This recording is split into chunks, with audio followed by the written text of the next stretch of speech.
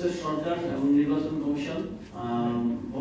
Vote গ্রহণটা মোটামুটি কিছু বিচ্ছিন্ন ঘটনা ছাড়া সুষ্ঠুভাবে সম্পন্ন করতে পেরেছেন, কিন্তু ভোট গণনার সময়টাতে এবার খুব ডিফারেন্ট হয়ে গেল। অন্যান্য সময় আমরা দেখতাম যে ভোট গ্রহণেই কারচুপি হতো, কেন্দ্র দখল হতো, ম্যাসিভ প্রক্রিয়া, কিন্তু এবার ভোট গণনাতে এক ধরনের ট্যাম্পারিং হয়েছে, যার অনেক ধরনের প্রমাণ আমরা ইতিমধ্যে পেয়েছি। তো আমরা ভোট গণনার ক্ষেত্রে এবং ফলাফল প্রকাশের ক্ষেত্রে অবশ্যই বলবো যে সরকার এবং নির্বাচন কমিশন সহ যারা সংশ্লিষ্ট কর্তৃপক্ষ তারা ব্যর্থতার পরিচয় দিয়েছে, এবং আমরা এখন অনেকগুলো আসলে আমরা রিভিউ আবেদন করা হয়েছে এবং করছি। আমরা সেগুলোর ক্ষেত্রে তারা কিভাবে সেই বিষয়গুলো নিষ্পত্তি করেন সেটাও আবেদন করছি। আসিফ ভাই, আপনি বলেছেন যে ম্যাটিকুলাস প্ল্যানের মধ্যে দিয়ে এই নির্বাচনের মাধ্যমে বিএনপিকে 2/3 দেওয়া হয়েছে। আপনি কাকে মনে করছেন যে এই প্ল্যানের অংশ, মানে প্ল্যানারটা কে আসলে? এই প্ল্যানের অংশ আসলে অনেকেই, আমি যেটা বললাম যে এখানে অনেক পুরো একটা ইকোসিস্টেমের মধ্যে দিয়ে প্ল্যানটা বাস্তবায়ন করা হয়েছে।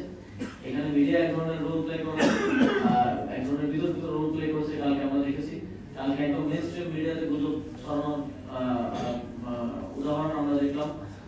তারপর এখানে সরকারি কর্মকর্তারা যারা নির্বাচনের বিভিন্ন দায়িত্বে ছিল তারা এক ধরনের রোল প্লে করেছে, বিভিন্ন গোয়েন্দা সংস্থা এক ধরনের রোল প্লে করেছে।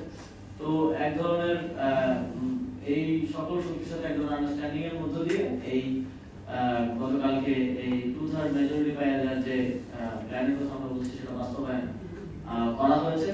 এবং আমরা শঙ্কা করছি যে এই ক্ষমতার অপব্যবহার সামনের দিন আমরা দেখতে পাবো।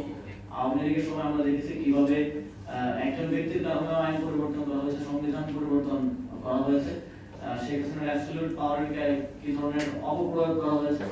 আমরা আশা করছি সেটা যেন আমাদেরকে দেখতে না হয়, আমরা যেন একটা নতুন বাংলাদেশ দেখতে পাই, সেটাই আমাদের প্রত্যাশা থাকবে জনকল্যাণের জন্য। এবং জনগণের জন্য যদি কেউ কাজ করতে, সরকার কাজ করতে চায়, পরবর্তী সরকার আমাদের তার প্রতি সহযোগিতা থাকবে। কিন্তু জনগণের বিরুদ্ধে কিছু করতে গেলে সেক্ষেত্রে আমরা সকল প্রক্রিয়ায় তার বিরোধিতা করবো, রাজনৈতিকভাবে তার বিরোধিতা করবো। জনাব আসিফ মাহমুদ, আমি জারিফ দূরবীন নিউজে কাজ করছি।